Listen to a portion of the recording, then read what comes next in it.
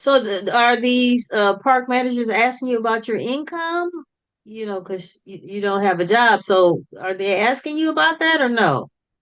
Okay, so what I realized with that, and I'm glad you brought that up, right? Because I learned that the hard way.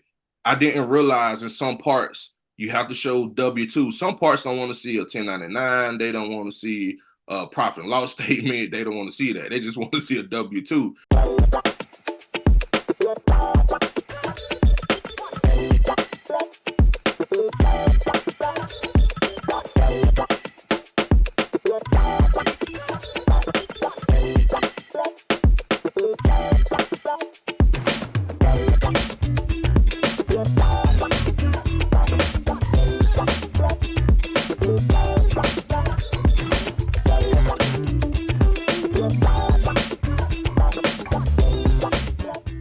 All right, guys, this is Kelly from Hills Deals and Wheels Mobile Home Investing Course, and we got a special guest, Nick, the mobile home guy out of Atlanta. How are you doing today, Nick? I'm doing great. How about yourself? I'm doing pretty good. So, Nick, introduce yourself to everybody. All right, everyone. My name is Nick Gunder. I'm a mobile home investor, and I'm here out of Atlanta. And this is what we do: invest into mobile homes, everything mobile homes. And so, Nick, why mobile homes? Um, Honestly, I didn't get led to mobile homes. I feel like God brought mobile homes to me. Just a quick testimony on why mobile homes. So, I was up in North Dakota for about 5 years or so, and I was working in the oil field, and then I came back to Georgia, and up in the oil field was making about maybe 3 to 7 thousand a week, somewhere in there. Just depends on what you're doing and your hours you get in a week. So I say all that to say we was making pretty good money. Well, when I got back to Georgia, I got the same truck driving job, and they were trying to pay me 700 a week. So of course I couldn't go back. I just only could go forward. So I pretty much stayed with the job for a little while, and I just seen myself just burning up all my time. And I kind of went back to what I always did, which is hustle, just figure it out day by day. And I had a lady that brought me up under her wings when I was like 12 years old. And she was the first one that ever taught me how to turn a dollar. And what she did was she had a box truck and she had a van. And what she used to do was go to Atlanta back in the days and get shoes and clothes and take them back to the country backwood areas where people couldn't go to the malls and all these different places. And she would just sell the shoes and clothes there. Well, at 12 years old, she put me up on the wings. Like, I guess she seen something in me. Like, I'm gonna just keep you with me. And she the one taught me entrepreneurship. Well, I say all that to say, when I got back to Atlanta, I pretty much just started struggling bad. You know how it goes when you relocate, you have to figure out that area, that environment, and get grounded somewhere.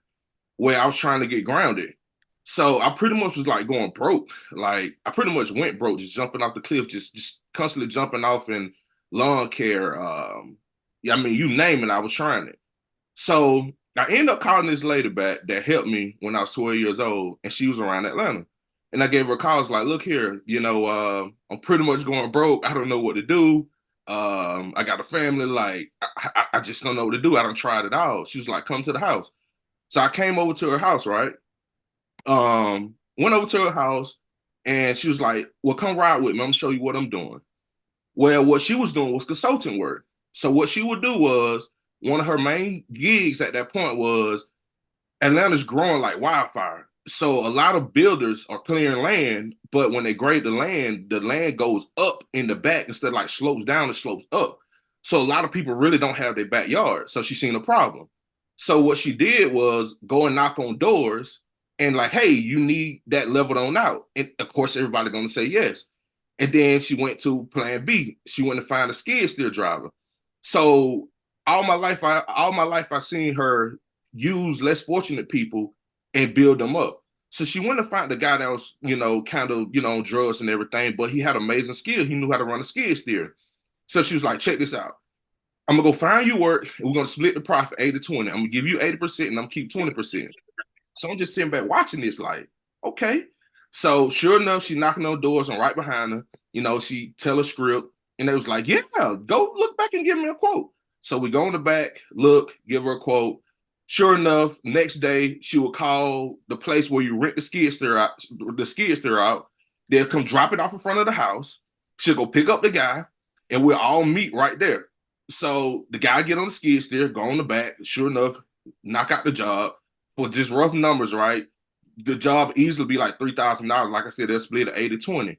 And she was like, "This is what I do every day." And I'm like, "What? All you do is just knock on doors and find this guy work and just put pieces of the puzzle together?" So it sent the light bulb off in my head, like, of course I can do this. Like, that's a no-brainer. That's one thing I'm good at, negotiate. So what I did was got me a crew together. I had a group of my Hispanic brothers. I had one cutting grass, I had one putting out pine straw, and I had one cutting out trees. Well, I went riding around just advertising. At this point, I already had about 5 years of single family knowledge in my head because that whole time when I was driving the truck, all I did was listen to podcasts, real estate podcasts, audio books, the whole 5 years while I'm in that truck. So I already knew when I got back here what I was going to do. Well, when I got back here, like I said, I jumped on the ground and I started trying to wholesale single family houses. It was so hard. I mean, I bought expanded signs, you name it. I just tried it all. I could not get a deal. So in the midst of me doing that and doing the consulting business, I end up just riding in the mobile home park. I said, let me go out here. There's a bunch of houses out here. I know these people normally like the park will do the work for them, or the park will want the tenants to do the work. So I was like, okay, let me just ride out here, knock on doors, just start running my mouth. So sure enough, I end up getting this lady named Miss Mary, and she ended up calling me because I think I left a business card, but she ended up calling me. She was like, Nick, I see you cut grass and y'all cut down trees, baby. I'm on a fixed income. I only get about $50 a month. She's like 80 years old in a wheelchair. And she was like, my grass about high as my house and my tree about to fall through my mobile home. And, my grandkids, my kids won't come see me. Nobody won't come see me. So, I was raised in the South where you take care of kids and grandbabies. Like I was raised around family structure. That's what you do. So that was a no-brainer to me. So what I did then was I called my Hispanic brothers. Hey, go knock her out, go cut that tree down. Sure enough, the tree was about to fall through a house. And I was like, go cut a tree down and go cut a grass. The 20% you owe me, just keep it. Just make sure you take care of it. Sure enough, they went over there and did that. So at this point of time, like I probably had about maybe 5 grand left, 4 grand. And I know to a lot of people, they like, that's a lot of money, but everybody be in different brackets. But for me, that that was almost broke. So she didn't even know I was struggling at that moment. I didn't show her, tell her, but I'm gonna show you how God moved, right?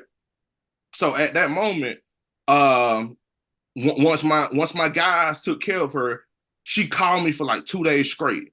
Like, I just want to thank you. Like, I just can't believe you did what you did. Like, I want to meet your parents. Like, what's their phone number? I just gotta call them and tell them they raised a good man. Like, this lady literally called me for like a whole week straight.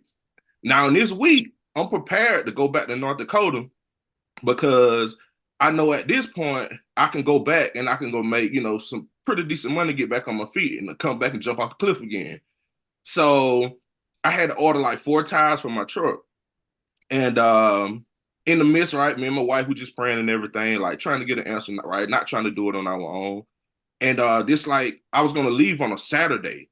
And I ordered the tires like on a Tuesday, and they were supposed to come on, I think it was that Friday. So it was this Thursday that lady called me. She called me again early that morning, like 8 o'clock. Just want to talk now. Like she's like my friend. So me and her just conversating and everything. And that Friday, I'm waiting on the tires to come.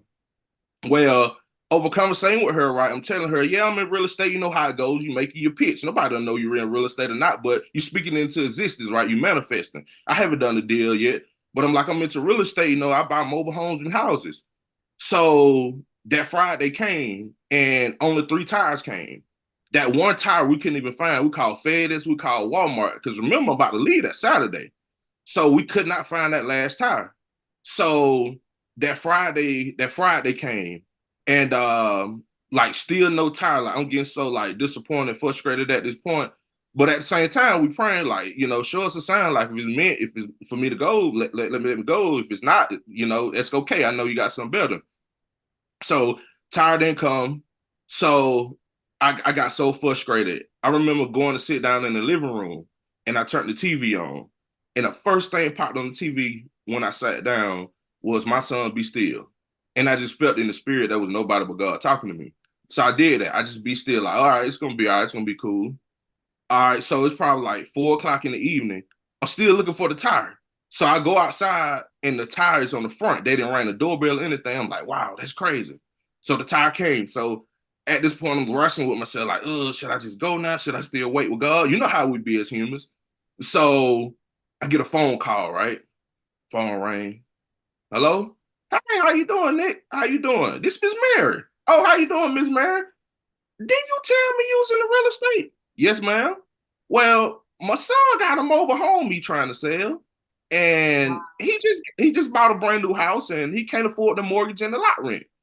So I'm like, okay. She was like, well, I'm gonna give you his number. Now she was like, I'm gonna give him your number. I was like, no, what's his number? I'm gonna call him. So she Right. gave me the number. So I called and like, hey Michael, how you doing? He was like, oh, yeah, I'm doing fine.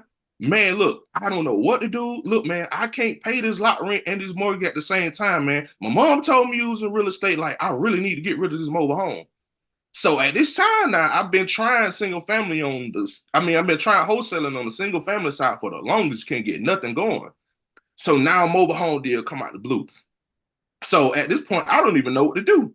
But knowing numbers and just having common sense on numbers and business, you kind of know what you have, you don't have. So I go over there and take a look at it. It was a 1996 3 bedroom, 2 bath, double wide. He had one soft spot in the kitchen where he had this long board just going across it. So I go in and look at it. So I'm like, dang, how am I gonna find out how much this joker costs?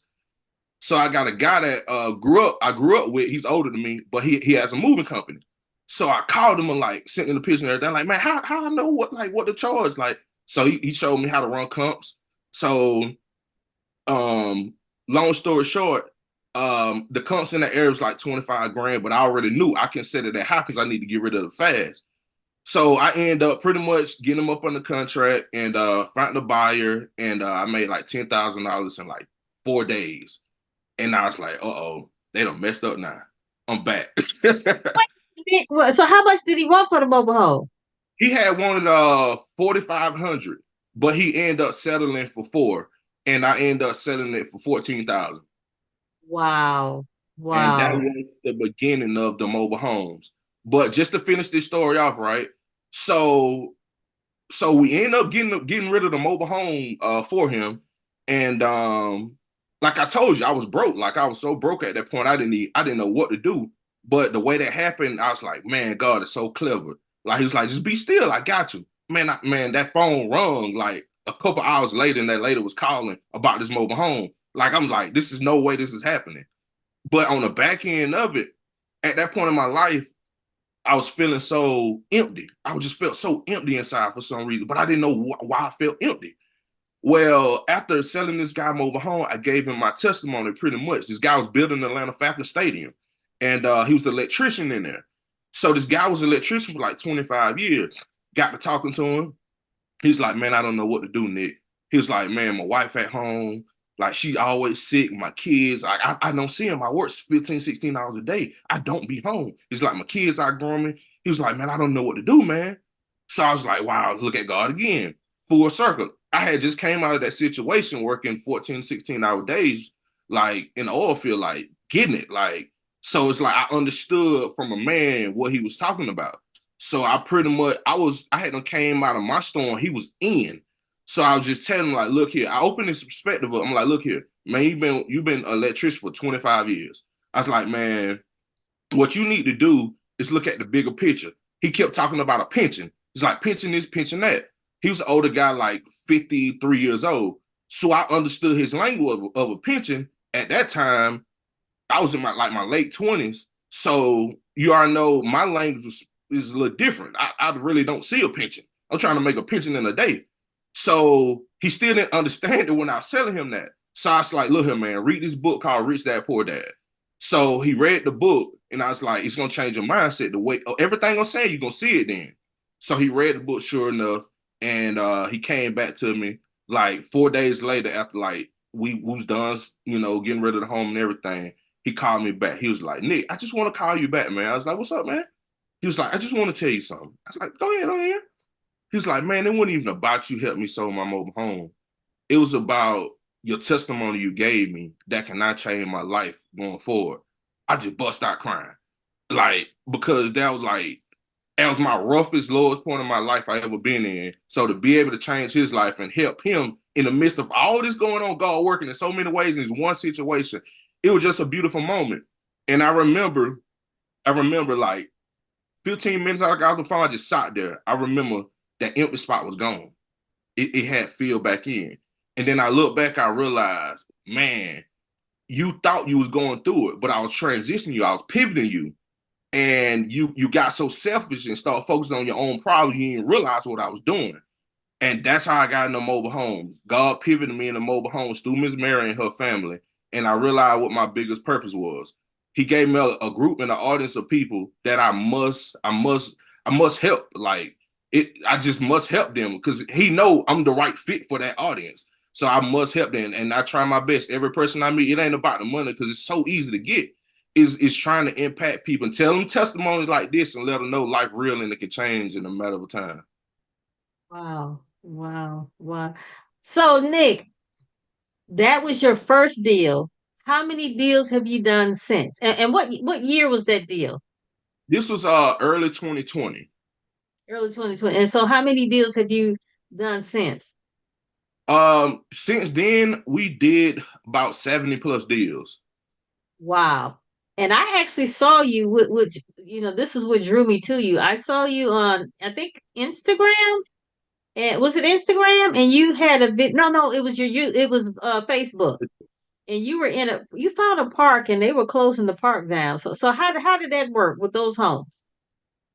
Yeah, so with that part there, so we end up getting a call from one of our signs.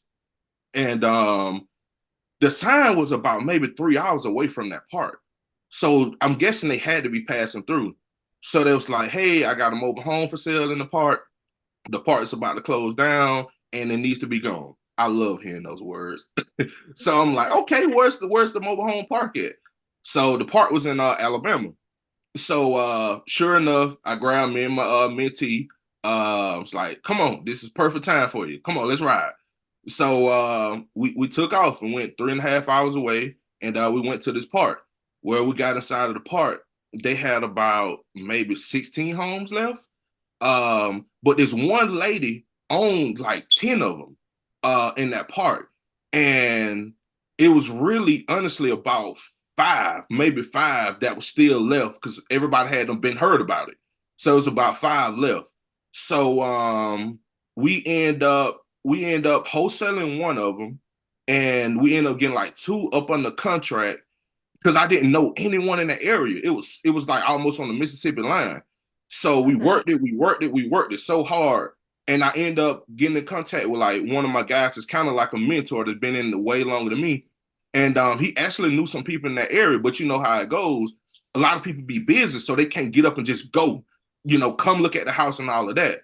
So we end up doing one deal, and the rest of them end up just kind of because there was like 80 models too. There was like 84s, 83s, somewhere in there. So it's like, and they needed a lot of work. So it was like maybe 1,000 to 3,000 profit there for them. So we weren't tripping at all because we got a chance to walk through a network. We met people, we asked a lot of questions, got to know new investors in the area. So that was kind of more valuable than the $1,000 to $3,000 we would have made. That one lady that did own about 10 of them, we end up finding her contact number. Still talk to her today. She was an older lady, and she finally, at first, she didn't want to get rid of them because she wanted to move them to some land, but she couldn't never like get a mover to move all of them to her land. So, and they was like 81s, 82s as well. So we really just like, all right, cool. It was too far away, and we already had a lot of deals going on at the moment. So we just collected the contacts and just kind of let everything go to wayside. to that lady? That's a lot of homes to just be leaving there. Maybe do you know what happened?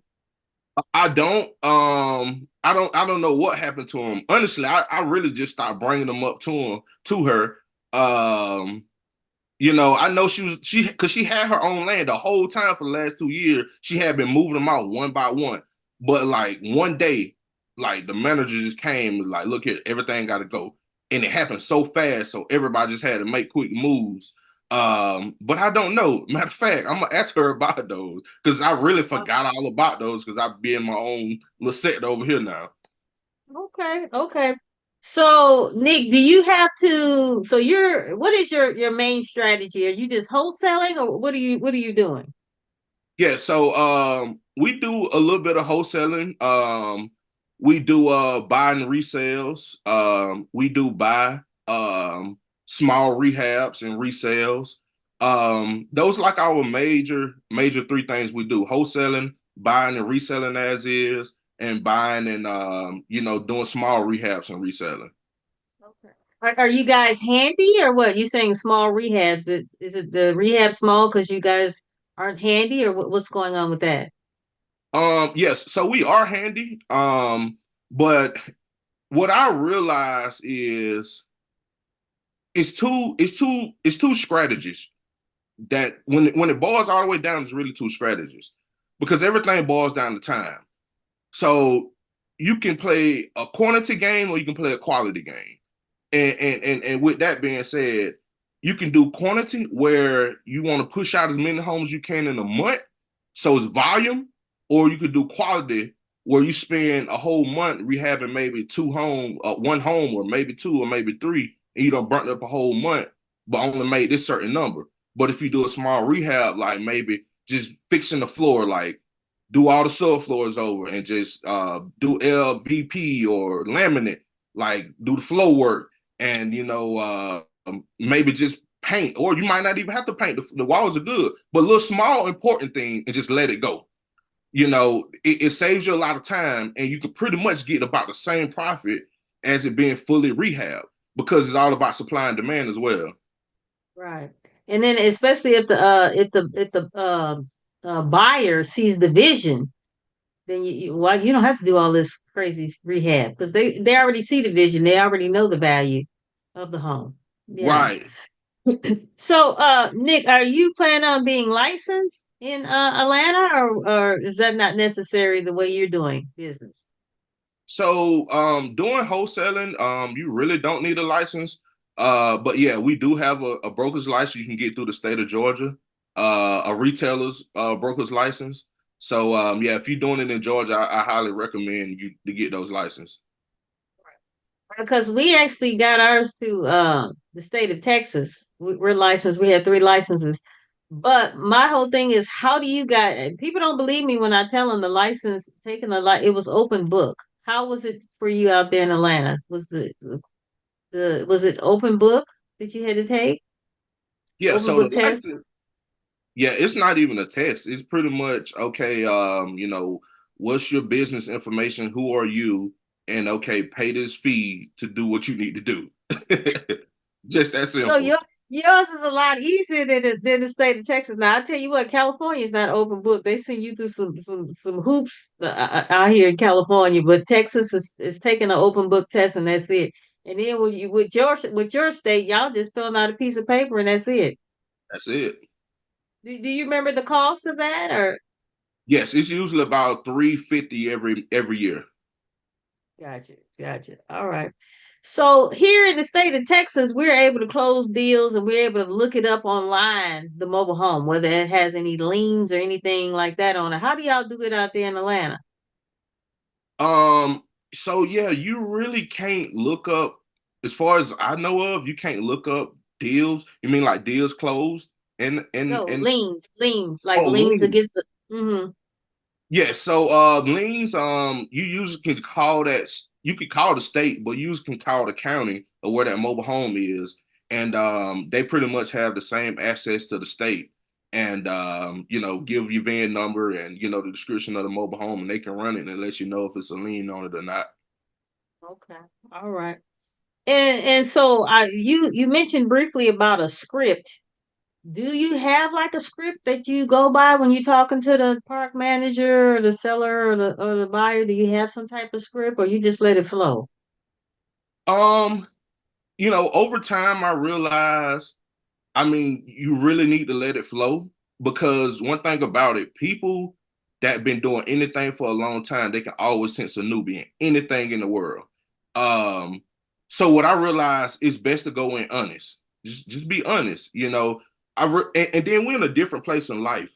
It used to be a point in life where you might can tell a lie or, you know, cover dress something up and make it look good to get by with it. But we're in a different place spiritually in this universe. So what I realize now, it's best to be honest. Because if you be honest, most people are not looking for you to do that. Most people are looking for you to come in and play the game or play a game, and they already got they already got their response rehearsed in their mind what they're gonna tell you because they're so used to it. But I realize if you come in and be genuine, be honest, they be like, this one different. Oh, okay, all right. Well, okay, you do this, you do that, but you don't do this. Okay, well, I got something you can do over here with this or that. Because all you need to do is just get in the door anyway. Now when it comes to a script, now you do have to speak their language. You do have to know what are their problems. I mean, you can't go have a conversation with a park manager or a park owner and can't speak the language. Of course, that's just a no brainer. You do have to do your research and know what they're looking for, because of course they have a whole list of problems that they can't get to because they need to delegate it out to someone. So if you know how to speak their language and know what problems they need to delegate out, you could be that person that could pick up their problems and solve them for them. And you could be well on your way with a lot of deals and a lot of good relationships. And you know what, Nick? I noticed like several newbies, they kind of freeze up a little bit because they don't want the seller and the buyer to ever meet because they don't want it to be known that they making some money. How do you feel about that, or how do you avoid that, or do you even avoid that? The seller and the buyer meeting. In some situations, you can avoid it. You can avoid the seller and buyer from meeting. You just have to be a good orchestrator.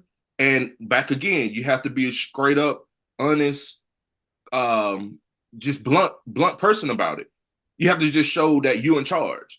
If you're in charge, they're gonna follow. But if you show them slight little bit of way that you're not in charge, they're gonna do what they want to do. So that's just the simple thing of that. As a matter of fact, maybe 2 months ago, I closed a deal with some investors, and they was in the same mobile home with the seller. And when we got outside, he pulled me to the side like, "Man, oh, that's how you do yours? So you close with everybody in the house?" And then, you know what I'm saying? So you asking me the same thing. I was like, it just all depends. Like on a situation like that, I only signed it for $1,000. So it's like it wasn't no big fuss for anyone. Because yeah, the seller and the buyer, some people are emotional to money. And you have to know if they're emotional to money or not to keep them separate. But in that situation right there, and then sometimes you want to bring them in. If you're selling a mobile home with a new buyer, you want to bring them in because you want to know how they're going to react with this money in front of them. You're going to want to know how they react if you're making 10,000, you're making 20,000, because you want to know who you're dealing with. Because if they ain't tripping about what you make, you can make a million down the road. But if they all in your pocket about 10,000, okay, this might need to be your last deal with them. So Right. some situation, yeah, we do separating where we might bring the buyer and the seller in separate in the house or something like that. And some situations, yeah, we do, let both come in and we just orchestrate it right there in front of everybody. Okay, to make it transparent for everybody, so nobody, they already know what you're gonna make, so Yep. it's nothing to hide whatsoever. So, Nick, are you mainly doing deals inside of a park, or are you doing it on land? We do a little bit of both. I would say majority of our deals come off of land. Um, but we do a fair amount of both, in parts and in land. On land, I'm Okay, sorry. okay. And when you're dealing with the land deals, are you then gonna have to close with the title company, or how's that working? Um, Yeah, okay. If the mobile home is attached to the land, which is considered real estate at that point, yes, you will have to deal with a closing attorney or a title company. But you know that all depends on what state you in. Some states have attorney closing, some states have title company closings. Um, Georgia is a attorney closing state. I'm sorry. So yeah, if it is tied to land, yeah, you will have to set up a appointment to get the mobile home and the land closed. But if it's just the mobile home itself, no, you can just meet Joe Blow at Walmart and make sure you know Joe Blow has that clean title and that paid tax receipt, and you know the funds looking presentable, and you good to go. So when you are finding your buyer, do you, let's just say hypothetically it's in a park, do you make sure that they have the funds? You know, you don't want to wait to the last minute and they're like, I only got 10,000. I know I said 15. Do you at any point make sure they have the funds before you get too, far into the deal or what? Yes. So yes, when we dealing with someone new, we do try to make sure they have proof of funds, to keep from having a hiccup, right there at the last minute. But if we dealing with someone, these one of our continuous buyers, yeah, we pretty much kind of trust them at that point. Okay. All right. And so what is your main strategy for finding your sellers and your buyers? Do you have a strategy that you use? I would say honestly, Facebook. Um, you know, Facebook really the gold mine for mobile homes. At that point, with it being Facebook, you just have to know what you're looking for. Because I mean, I've just been looking through Facebook sometime and just scroll, and just see deals after deals after deals. But of course, you have to know what that market is calling for with the numbers. And if you do, you literally can just sit on Facebook and just pick off deals all day long. And that's what we do most of. Okay. So are you doing virtual deals or are you contacting these people and actually going there? How is that working? Yeah, so we do a little bit of both. We do virtual deals as well.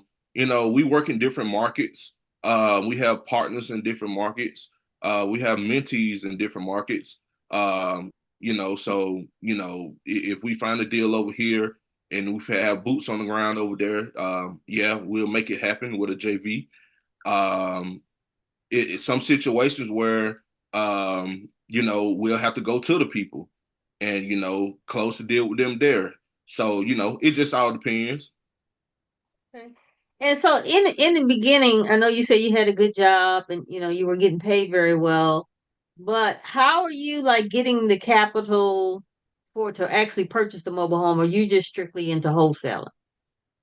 Yeah, so we also have a couple side businesses as well.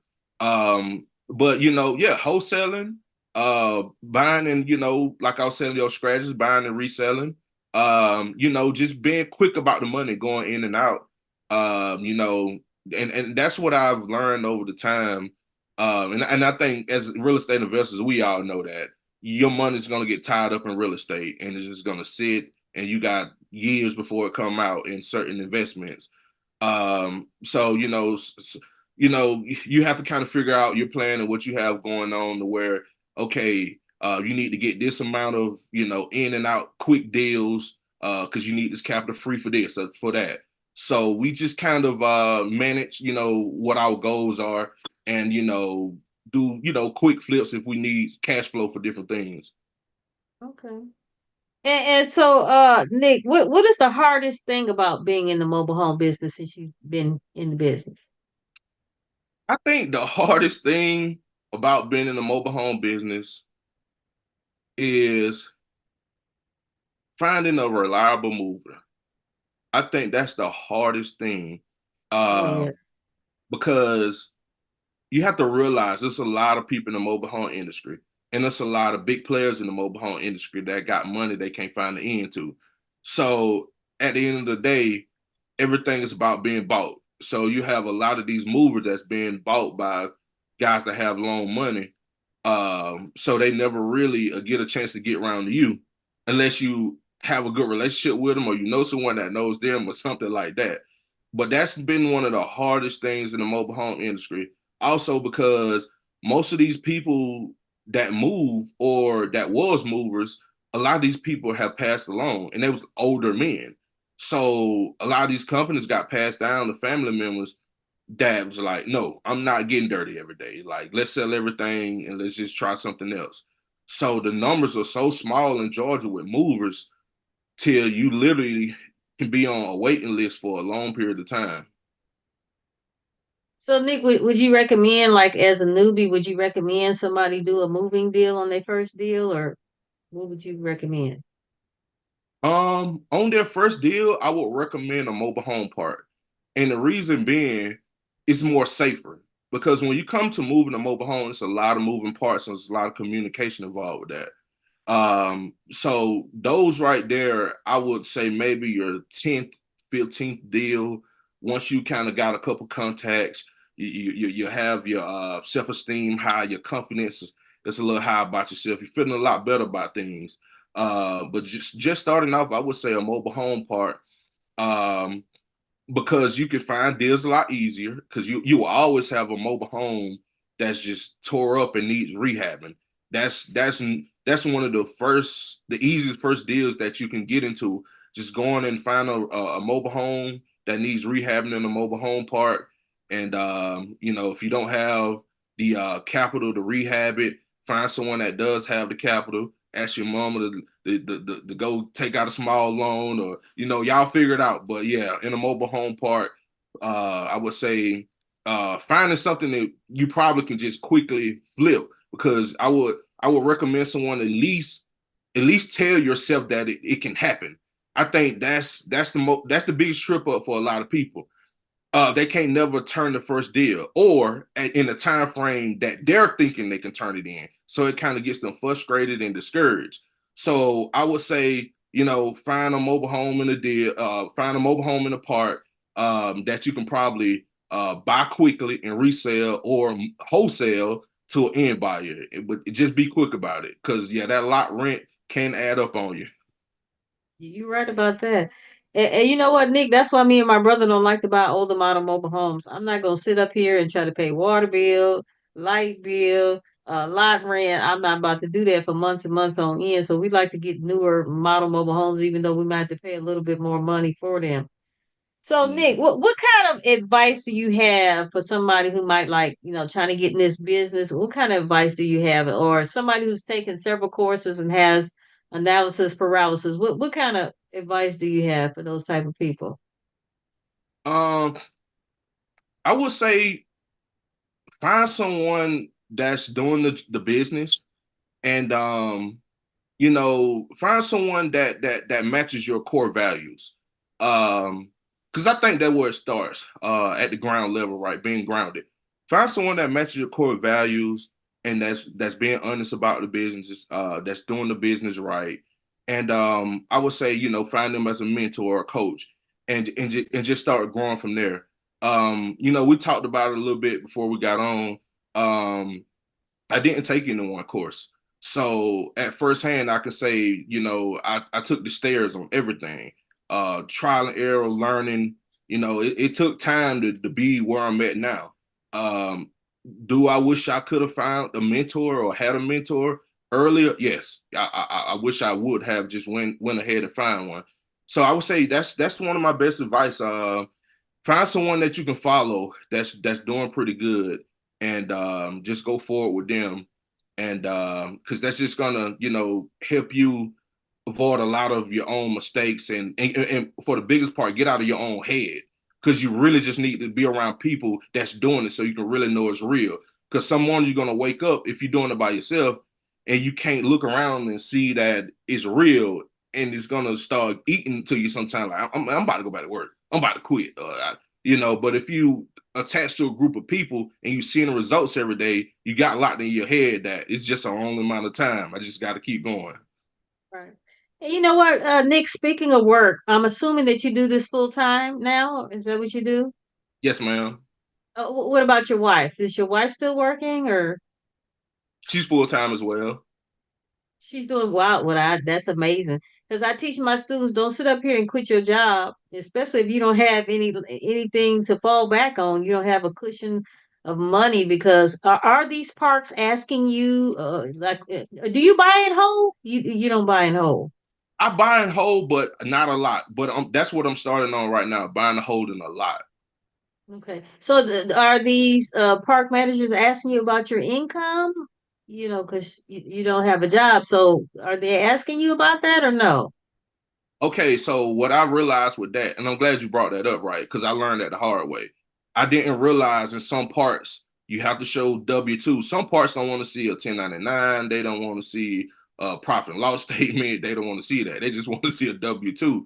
So I learned that the hard way. Like you were just saying, um, if you can keep a job and run this business on the side, that's the best way to go because I ran into a lot of hiccups with that. Even with going to the banks and trying to get loans and credit cards and all these different things. Like if you don't have your business established the right way, or you don't have enough income here, or this business ain't old enough there, like it's so many stipulations that's gonna slow you down.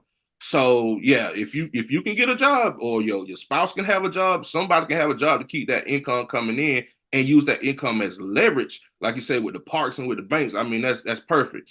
But luckily, like I was saying, I've been working with a lot of park owners for a long time. So luckily, I never had to go through that because, like I said, we infilling a lot of parks. We infilling parks with mobile homes. So a lot of the parts we deal with is like our parts. We really kind of control them. So it's no okay, go fill out a application here or there. It's none of that. It's okay. You put the home in. Okay, you can fix it up. You can rent it out. You can lease the owner. You do what you want to do. We got a relationship established, and you know what I need to do. I don't need to be hung up on this. So do what you need to do. Gotcha. So Nick, it sounds like you were seller financing and now you're buying and holding, or am I wrong? Yeah, so we do. I've done a couple like lease option deals, um, but that's about it. We did one or two rental deals, but we end up kind of getting rid of those and took the cash and like cashed in on some other things that we wanted to do. But yeah, now we definitely trying to build some passive income. Okay. So now your strategy now is buying it, holding it, and renting it out. Is that what the okay. So why I now would. do you want to be the landlord? That's what I was just about to say. I was about to finish that. So yeah, I don't want to be the landlord. So what we'll do is just continue the lease option. Sign the triple net lease where they'll pretty much be over all the repairs and everything. Yeah, we don't want to rent. We don't want to be landlords. Um, and just looking at the full scope of the economy right now in the world, we really just trying to be careful where we put money at and um because I mean it's so important right now where you putting this money at because we know most of the time someone pays your bills. So what's going to happen when that person can't pay their bills because of the way the economy is going or and what's down the road?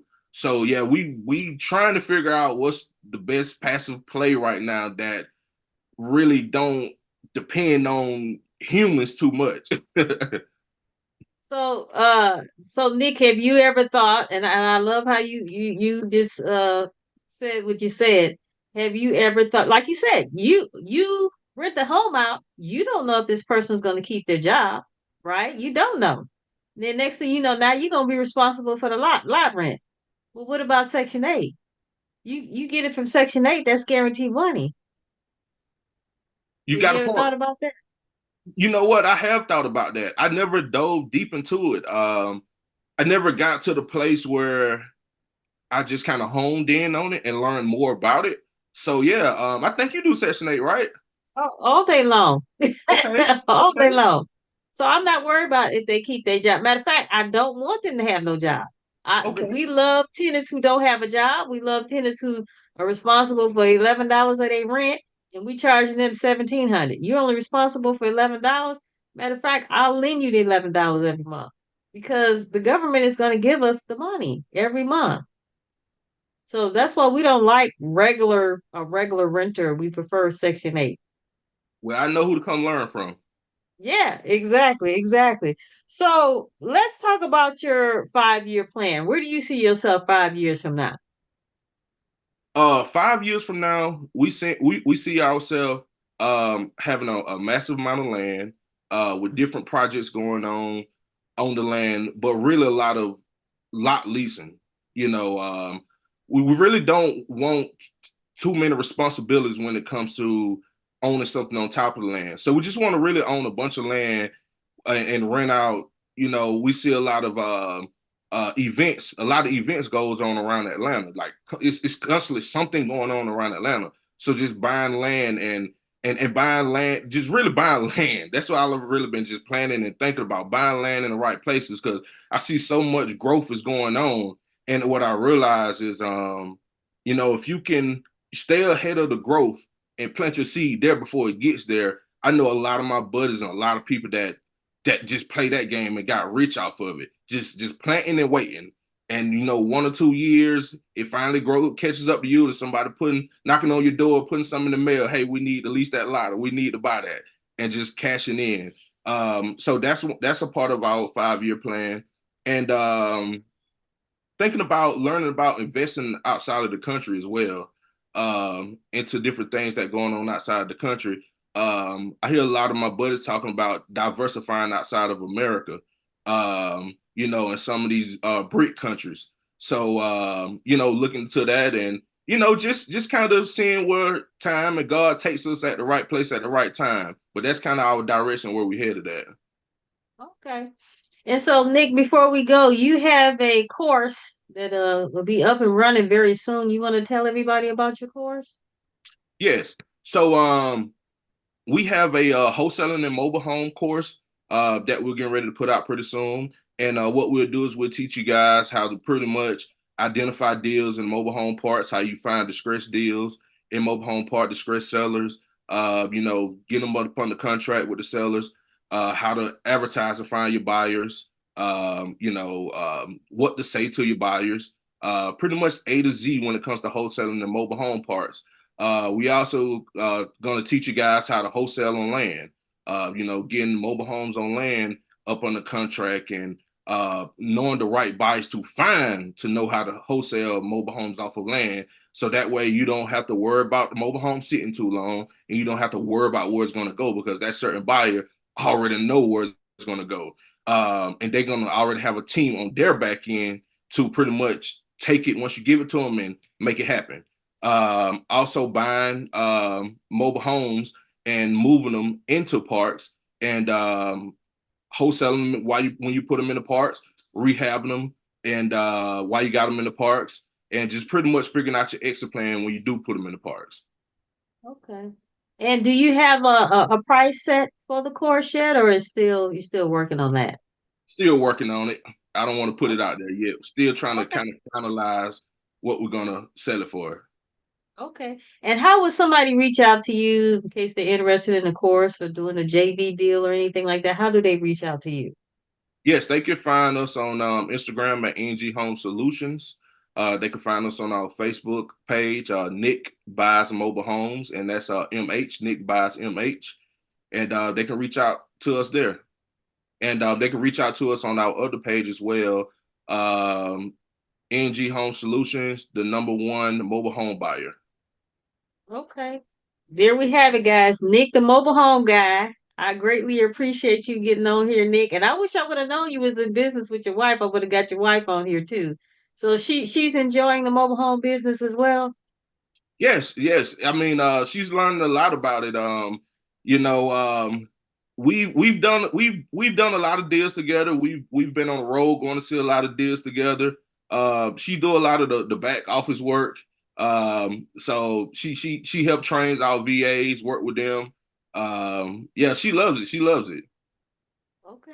All right. So Nick, we're gonna get off of here and I greatly appreciate you being here on Heels, Deals, and Wheels. And guys, Nick already told you about his course he got coming up, so check him out.